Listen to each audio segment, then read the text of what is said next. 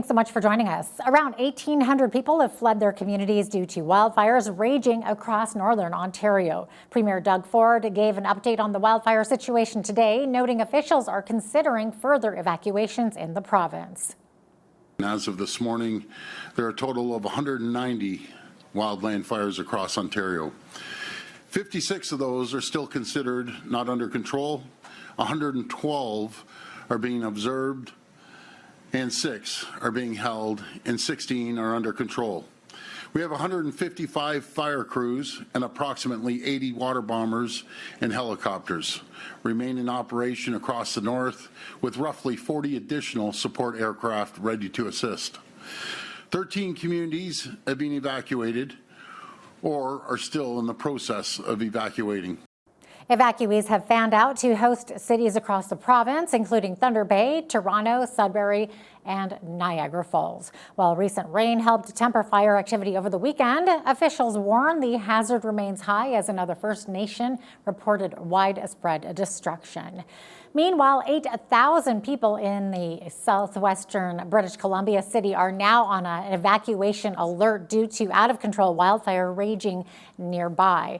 The residents of Kimberley, BC have been warned to be ready to evacuate at a moment's notice. Kimberley Acting Mayor Sandra Roberts says the evacuation alert is so residents would be given as much advance notice as possible, but says fire conditions are fast changing. The nearby fire is nearly 6 square kilometers in size as a rash of lightning strikes and new blazes sparked in the province over the weekend. Meanwhile, the Northwest Territories reports over 200 active wildfires burning in the region, 194 of them out of control.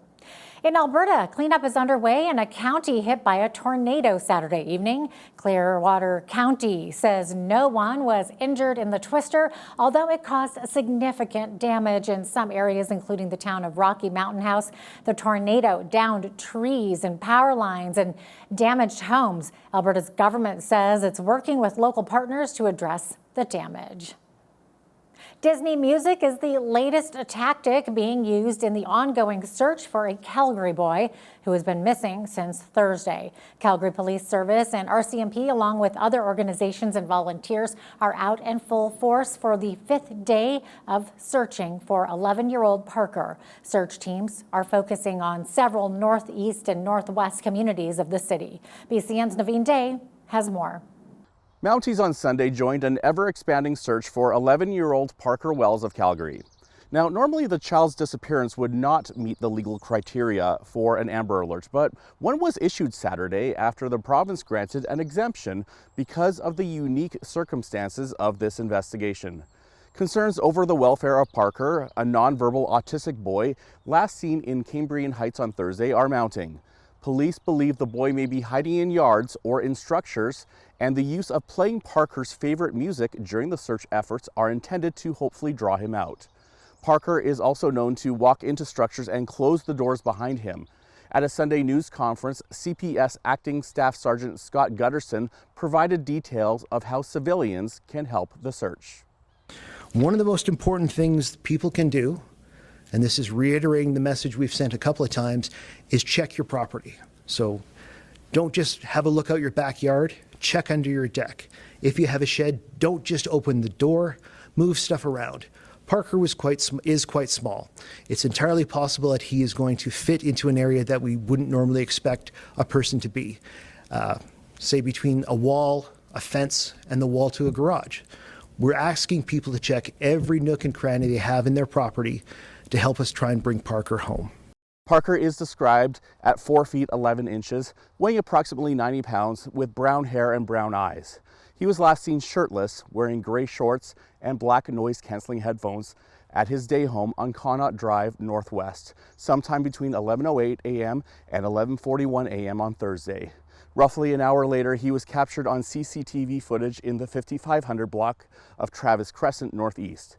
If you see Parker or have any information that may assist in locating him, you are asked to contact Calgary Police's non-emergency line at 403-266-1234 or Crime Stoppers at 1-800-222-TIPS. That's 1-800-222-8477. You are asked to not approach Parker if you see him, as he may become even more scared if you do. For Bridge City News, I'm Naveen Day. Thank you, Naveen. It doesn't seem like all that long ago that there was another neurodivergent child who went missing. Last fall, 6-year-old Darius McDougall disappeared in the Crow's Nest Pass while camping with his family. He's never been located. But to understand how search efforts are executed differently for children with autism, we spoke with Brittany Blay of the Chinook Autism Society. She's also the mother of a neurodivergent child and has been advocating for mandatory neurodiversity training for emergency service workers. She would like to see sensory and communication kits in every emergency vehicle. Here's an excerpt from my interview with her last September. When an autistic child goes missing, the search can't look the same as it does for a neurotypical child or even a neurotypical person in general. Autistic children may not respond when their names are called. They might hide instead of seeking help. In my situation with my son, it would be extremely terrifying. My son would not be able to respond in that situation. I would be asking investigators to use other tools, other resources to reach him, such as like visual cues. I think it would be a good idea to use visuals on trees of main trailheads, kind of at his height, having a stop sign and a visual of his family or himself, and guide him in a queue of pictures in hopes that he might understand where to go or what to do in that situation. Most children are extremely drawn to water. With autism, it's very calming. My son loves water. He cannot swim on his own. So for us, that would be a huge concern of him going towards where might calm him or might be thirsty and not be able to swim. But no two neurodivergent children are the same, right? And that's something that we have to keep in mind and keep and remember is the direct caregivers are going to be the ones that can help aid in that search. Once again, that was Brittany Blay with the Chinook Autism Society. And to see that full interview, it's available on our YouTube channel. U.S. President Donald Trump is signing an executive order today to hammer certain Canadian products with 50% tariffs. But it's not connected to Trump's recent threats to hit Canada with higher tariffs because of wildfire smoke. It's a response to provincial bans on U.S. liquor, Canada's supply-managed dairy system, and quotas on certain U.S. vehicles. The White House has not yet published a list of affected imports. Senior White House officials say the order will take effect in 30 days. Remember back in January of 2025 when U.S. President Donald Trump said this about Canada in a speech to the World Economic Forum? We don't need them to make our cars, and they make a lot of them. We don't need their lumber because we have our own forests, et cetera, et cetera. We don't need their oil and gas. We have more than anybody. Well, today in Edmonton, U.S. Ambassador to Canada Pete Hoekstra was singing a different tune. Speaking to the Pacific Northwest Economic Region's annual summit, Hoekstra says the U.S. needs to find 3 to 4 million more barrels of oil per day over the next decade, and that Canada would be one of the best places to get it. It's close by. The people that we have to work with in Alberta are great business partners. They're good business people. The region that can make the most compelling case for supplying more oil to the United States would be Saskatchewan and Alberta. And it's kind of like I saw our reaction at the White House on October 7 when the Prime Minister proposed, as part of a preliminary trade agreement, that Canada would be willing to ship 3 to 4 million barrels of oil to the United States, additional barrels of oil to the United States, that Doug Burgum and Secretary Wright had to be restrained by the president because they were so eager for getting more oil and getting it from Canada. As for trade between the two countries, Hoekstra thinks some sort of trade agreement will eventually be signed between Canada, the U.S., and Mexico. But he says negative views of the U.S. by Canadians make it harder to get a deal in place. Britain has its 7th prime minister in a decade. Andy Burnham, who's the former mayor of Greater Manchester and the new leader of the Labour Party, took the final steps on Monday to succeed Keir Starmer. Burnham arrived at Downing Street after being appointed as the UK PM and outlined his plan.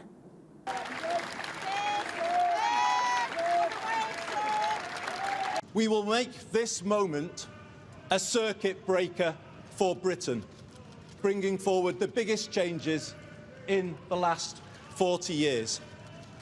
A new political model and a new economic model. In the 1980s, Britain took some wrong turns.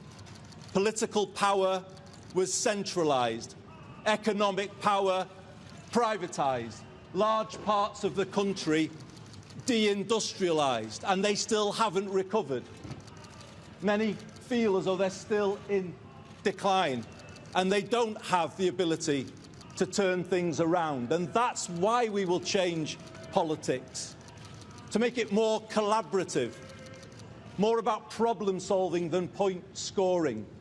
And we will take power out of here and carry it into every postcode in the land so that they can do more.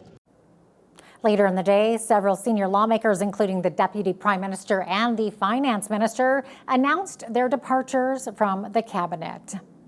Lethbridge police are attempting to identify the driver responsible in a hit-and-run collision involving a man riding a scooter. The collision happened on Saturday, where emergency crews attended the scene at the intersection of 5th Avenue and 13th Street South just before 10 a.m. Investigators determined that a 26-year-old man on a rental scooter was attempting to cross 13th Street westbound on 5th Avenue when he was struck by a northbound Pontiac Grand Am. The driver of the Pontiac initially stopped just to remove the scooter from the roadway and made no interaction with the victim before returning to his vehicle and driving away. The driver is described as short, elderly, Caucasian male with gray hair and a hunched back.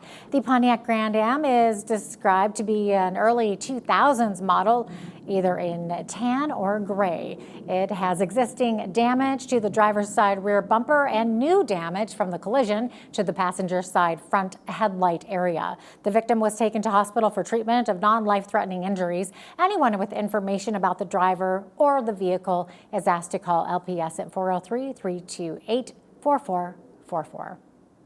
Imagine your car breaks down or you get into a crash and you need to make repairs. You search online for affordable replacement parts and find what looks like a great deal from what appears to be a legitimate business. You click a link on a Facebook page and that takes you to what looks like the company's website.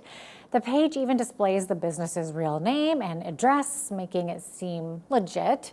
You pay for the parts, but they never arrive. Well, this scam has been dragging on for more than a year. Criminals created a fake Facebook page using the name and address of Marshall Auto Wreckers in Coaldale, while changing the phone number and email to steal customers' money. And while customers are frustrated, so is the owner of the company. Folks from all over Canada requesting parts that we've never had at prices that never existed. I've had people come from Grand Prairie to here, from Saskatoon to here to get parts that we've never had. Sometimes they even link to our website, which is kind of ironic because when you go to our website, we have a listing on the front that says we do not sell on Facebook and Marketplace and Kijiji and those sort of things. The numbers are so big. Some of these engines are $5,000, $10,000 a piece. When we first started noticing this and we tried reporting it as a scam site, and to no avail. They didn't care. We reported it to the government website. They came out with the government cybercrime website. They don't seem to care. Nothing has changed. They keep doing it. I'm not high-tech enough to know how to shut this down, but it seems to me that once a complaint's been made, it should be pretty easy to get in there and flick the switch, if you will, right? I mean, they turn off websites for everything else. It just seems like nobody's doing anything. Police say if you are buying online, always confirm who you're talking to. Take the time to make sure you're talking to the right person. Make sure you're on the proper website and don't click any links that have been sent to you. As the Lethbridge Public Library looks ahead to develop their next 5-year service plan, they want to hear from residents to share their experiences about the library's services. The feedback from users will help shape their plan of service for 2027 to 2031 and provide a roadmap towards community needs, strategies, and objectives. The survey opened to the public on Friday and can be completed online or in person at any public library branch. We're doing well. The usage of the library continues to grow as the community grows. It's very typical. And so as we, get busier, there is more demand for services. There's also a lot of changes in our environment. Technology, obviously, is a huge part of everybody's business, ours as well. Political changes, and we receive good funding, but demand on services continues to grow. Costs continue to go up. So all of those are factors as we think about what our priorities are over the next 5 years. The survey will close on August 7th. As an incentive, those who fill out the survey are entered to win a $100 Park Place Mall gift card. On Sunday, Unifor auto workers voted overwhelmingly in favor of the new 3-year collective agreement with the Ford Motor Company. The newly ratified agreement will provide 3% wage gains in each year of the agreement, enhanced job and income security measures, investment commitments, increases to pensions, better benefits, and more for over 5,100 Unifor members at Ford facilities in Canada. The agreement takes effect September 21st of this year and expires September 19th of 2029. Statistics Canada says lower gas prices brought inflation down in June, and the annual rate eased back below most economists' expectations. With the details in this report is Michelle Zadikian from the Canadian Press. Statistics Canada says the annual rate of inflation eased back below 3% in June as drivers paid less to fill up the gas tank. Inflation slowed to 2.8% from 3.2% in May. The agency pointed to a 10% drop in the cost of gasoline month over month to explain the decline. Gas prices surged over the spring, mostly because of conflict in the Middle East, but a tentative peace agreement between the U.S. and Iran took pressure off global oil prices over the course of June.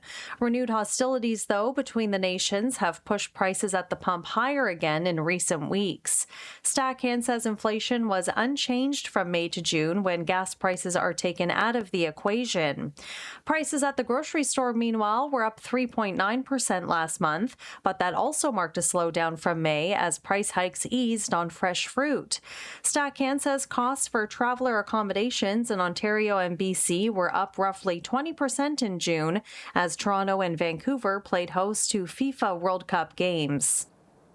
And now here's a look at today's markets.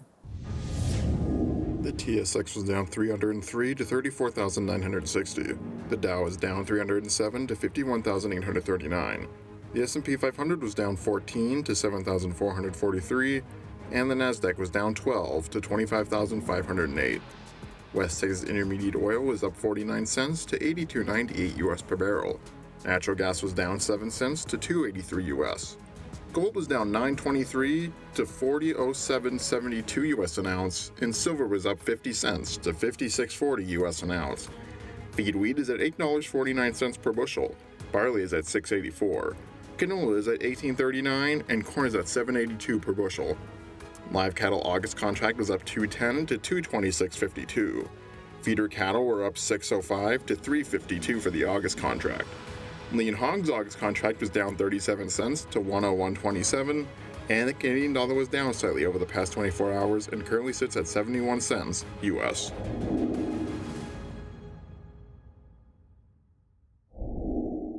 Recapping one of today's top stories, more tariffs from Trump. The U.S. president is signing an executive order slapping 50% tariffs on certain Canadian products, but the White House isn't saying which products are being targeted. The move is not connected to Trump's recent complaints about wildfire smoke. It's in response to provincial bans on U.S. liquor, Canada's supply-managed dairy system, and quotas on certain U.S. vehicles. Senior White House officials say the order will take effect in 30 days.